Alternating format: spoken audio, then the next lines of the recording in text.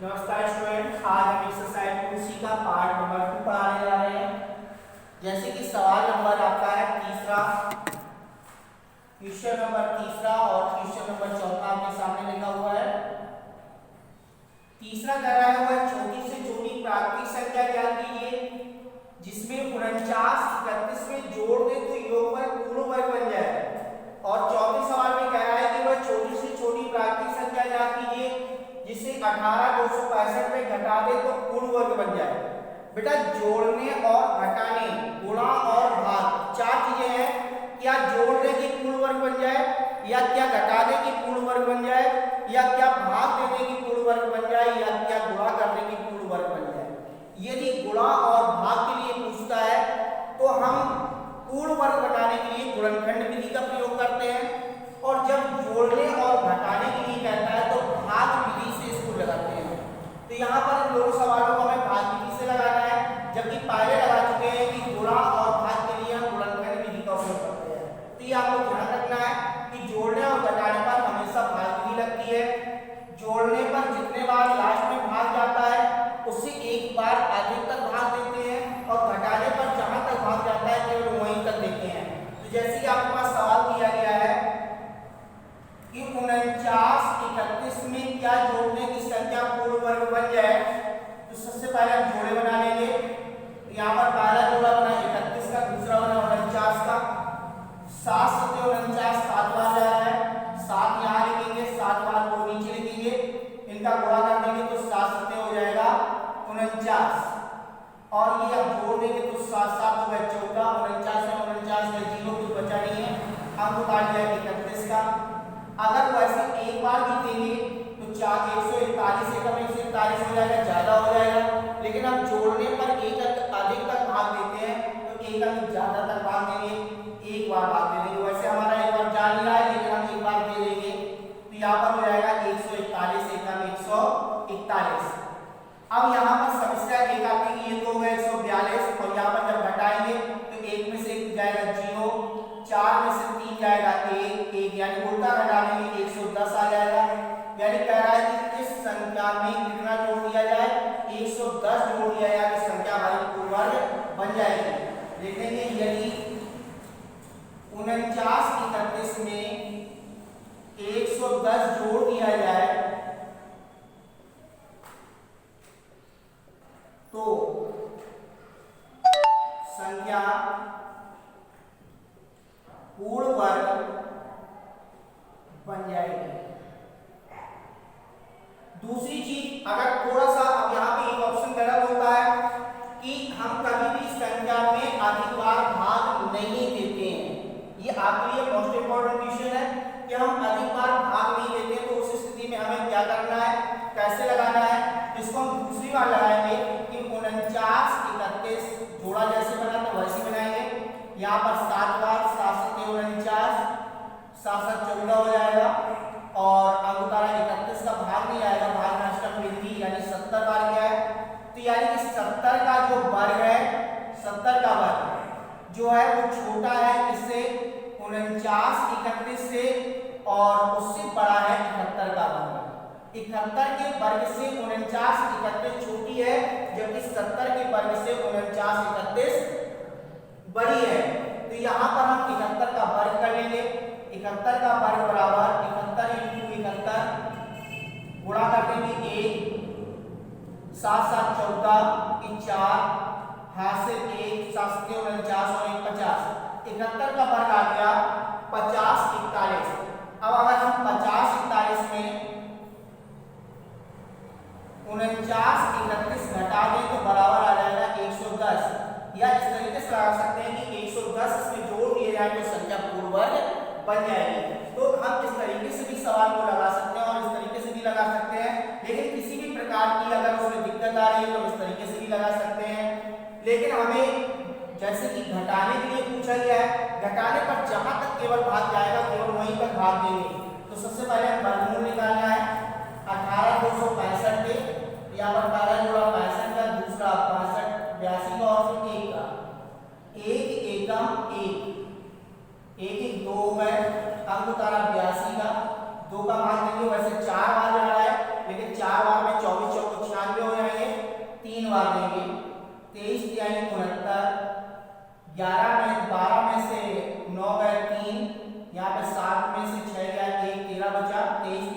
26, अंक उतार लिया 65 का। अब हमें भाग लेना है 2 का, तो लगभग 6 बार देखते हैं कि 6 बार जाता है। 2 6 6 2 6 6 6 36 6 6 36 3 39 12 3 15, जो कि ज्यादा हो रहा है तो 5 बार करके भी दे सकते हैं। 5 बार 5 25, 5 6 30, 2 32 और 5 दूनी 10 3 13। अगर 5 बार जा रहा है तो 5 बार ही देंगे। 5 25, 5 6 30, 2 32 और 5 दूनी 10 3 13। तो यहाँ पर जो शेष बचा वो 0 4 1। तो जितना हम घटाने पर जहां तक भाग दिया था केवल वहीं तक भाग दिया। जितना हमारा शेष बच रहा है उस शेष को क्या करते हैं, इस संख्या से घटा दें तो संख्या हमारी पूर्ण वर्ग बन जाएगी। तो लिख सकते हैं कि यदि 18265 में 40 घटा दिया जाए तो संख्या पूर्ण वर्ग बन जाएगी। इसी स्थिति में 2 सवाल और आपके पास आते हैं कि वह छोटी से छोटी पूर्ण वर्ग 4 अंकों की या 6 अंकों की वह छोटी छोटी पूर्ण वर्ग संख्या क्या आती है, या किसी भी प्रकार की वह छोटी छोटी पूर्ण संख्या आती है। तो अगर हमें वहां पर जोड़ने वाली विधि लगानी है, और जहां पर बड़ी से बड़ी जैसे कि 4 अंकों की बड़ी से बड़ी पूर्ण वर्ग संख्या, वहां पर घटाने वाली विधि लगानी है। जैसे कि सवाल नंबर अगला है कि 5 अंकों की बड़ी से बड़ी पूर्ण वर्ग संख्या ज्ञात कीजिए। 5 अंकों की बड़ी से बड़ी पूर्ण वर्ग संख्या, तो यहाँ पर 5 अंकों की बड़ी से बड़ी पूर्ण वर्ग संख्या, अभी हमने आपको बताया था कि बड़ी से बड़ी संख्या जहां पर आती है वहां पर हम घटाने वाली विधि का उपयोग करते हैं। तो सबसे पहले 5 अंकों की बड़ी से बड़ी पूर्ण वर्ग संख्या पूछी है, लेकिन वो तो किसी को मालूम नहीं, ना हमें मालूम है ना आपको मालूम है। तो सबसे पहले हमें जो मालूम है वो लिखेंगे कि 5 अंकों की बड़ी से बड़ी संख्या कौन सी है। तो सबसे पहले 5 अंकों की बड़ी से बड़ी संख्या, पूर्ण वर्ग संख्या नहीं, बड़ी से बड़ी संख्या 99,999, यह हमारे 5 अंकों की बड़ी से बड़ी संख्या मिल गई है हमें। अब इससे हमें पूर्ण वर्ग बनाना है, तो 99,999 इसके जोड़े बना लेंगे, वर्गमूल निकालेंगे, भाग विधि से 3 3 का 9, अंक उतारा 99 का, 3 3 6 हो गए, एक बार जाएगा 61 एक 61, यहाँ पे बचेंगे 8 और यहाँ पर हमारा बचेगा 3, ये हो गए 62, अंक उतारा 99 का, 6 6 36 6 बार जाएगा, 6 6 36, 6 दूनी 12 3 15, 6 6 36 और 1 37। तो यहाँ पर आ जाएगा 3 4 1, यानी कि 99,999 को पूर्ण वर्ग बनाने के लिए हमें 143 घटाने पड़ेंगे, क्योंकि हम इस बड़ी से बड़ी संख्या में जोड़ नहीं सकते। अगर एक भी जोड़ते हैं तो ये संख्या तुरंत छोटी से छोटी बन जाएगी, यानी 5 अंकों की जगह पे 6 अंकों की छोटी छोटी संख्या बन जाएगी। तो यहाँ पर हम जोड़ नहीं सकते, सिर्फ घटा सकते हैं। तो यहाँ पर 99,999 में हमें कितना घटाना है, 143, क्योंकि 143 एक्स्ट्रा है। तो यहाँ पर बचेगा 6, 9 में से 4 जाएंगे 5, 9 में से 1 जाएगा 8, 99 99। तो यहाँ पर आ जाएगा 99,856 5 अंकों की बड़ी से बड़ी पूर्ण वर्ग संख्या ले लेंगे। 5 अंकों की बड़ी से बड़ी पूर्ण वर्ग संख्या 99,856 है। फिर इसके बाद है 62,500 का गुणनखंड विधि व भाग विधि, दोनों से वर्गमूल निकालना है। तो सबसे पहले हम 62,500 के हमें गुणनखंड करना है। इसके गुणनखंड करेंगे तो जैसे बेटा आप लोग बता चुके हैं कि अगर कोई संख्या साधारण हो तो उसके आसानी से गुणनखंड किए जा सकते हैं। तो यहाँ पर आपके पास 2 जीरो है और 625 जो है वो 5 का पूरा गुणनखंड है। तो यहाँ पर पहले 625 से कर लेंगे, 55 25 पंचे 125 पंचे 625, तो ये हमारे 625 के गुणनखंड हो गए। अब बचा जीरो, तो जीरो हमारे 2 जीरो है तो 2 बार 2 2 बार 5, तो पहले हम 2 बार 5 लिख दे रहे हैं और फिर इसके बाद 2 बार 2 लिख दे रहे हैं, ये गुणनखंड हो गए। इसके जोड़े बना लेंगे तो 5 के बनेंगे 3 जोड़े और 2 का 1 जोड़ा बनेगा। तो यहाँ जब ऊपर हो जाएगा 55 55 25 पंचे 125 125 पंचे 250। तो हमने जब गुणनखंड विधि के द्वारा इसका वर्गमूल निकाला तो भी हमारा 250 निकला। अब इसके बाद कह रहा है इसको भाग विधि से भी आप गुणनखंड निकालिए। तो 62,500 के हम पहले जोड़ा बनाएंगे, फिर इसके बाद भाग विधि से वर्गमूल निकालेंगे। तो यहाँ पर 2 बार 2 दूनी 4 बचा 2 अंक द्वारा 25 का 2 2 4 हो गए, भाग जाएगा 5 बार 5 25 5 को 20 2 22 ये हो गए 50 डबल जीरो का भाग दिया जाएगा भाग नष्टम बिंदी। तो यहाँ पर भी हमने जो वर्गमूल निकाला भाग विधि से वो भी 250 निकला और जब गुणनखंड विधि के द्वारा निकाला तब भी 250 निकला।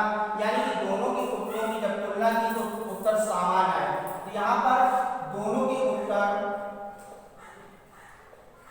उत्तर समान है, यानी भाग विधि और गुणनखंड विधि किसी भी विधि से लगाया जाए सवाल के उत्तर समान आते हैं।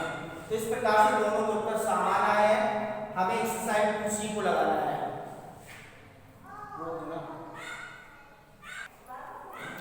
एक्सरसाइज 2B बहुत छोटी सी सिंपल सी एक्सरसाइज है। यहाँ पर पूछ रहा है कि संख्या 180 90 25 के वर्गमूल के अंकों की संख्या ज्ञात करनी है। तो वर्गमूल की अंकों की संख्या हम आसानी से बता सकते हैं। जैसे कि यहाँ पर 18 0 90 25 दे रखा है, इसके पहले हम दो दो के जोड़े बनाएंगे, एक 25 का जोड़ा, एक 90 का जोड़ा, एक 80 का जोड़ा और एक 1 का जोड़ा। यानी जितने जोड़े बनेंगे उतने ही अंक के वर्गमूल के अंकों की संख्या आएगी। यानी कि 18 0 90 25 के वर्ग मूल के अंकों की संख्या बराबर 4। चूंकि 4 जोड़े बन रहा है तो इसका जो आंसर निकलेगा वो 4 अंकों का निकलेगा, यानी वर्गमूल के अंकों की संख्या हो जाएगी 4। फिर इसके बाद सवाल नंबर है दूसरा, 100 से 999 तक की प्रत्येक संख्या का वर्ग। अब जैसे मान लो आपसे कह रहे हैं कि 5 का वर्ग हो गया 25 और 25 का वर्गमूल हो गया 5। इसी प्रकार से 100 और 999 तक की प्रत्येक संख्या का वर्ग। तो जो वर्ग निकलेगा और वर्ग निकलने के बाद उनका जब वर्गमूल निकालेंगे तो यही अंक आ जाएंगे। तो यानी कि वर्गमूल के अंकों की संख्या हो जाएगी 3।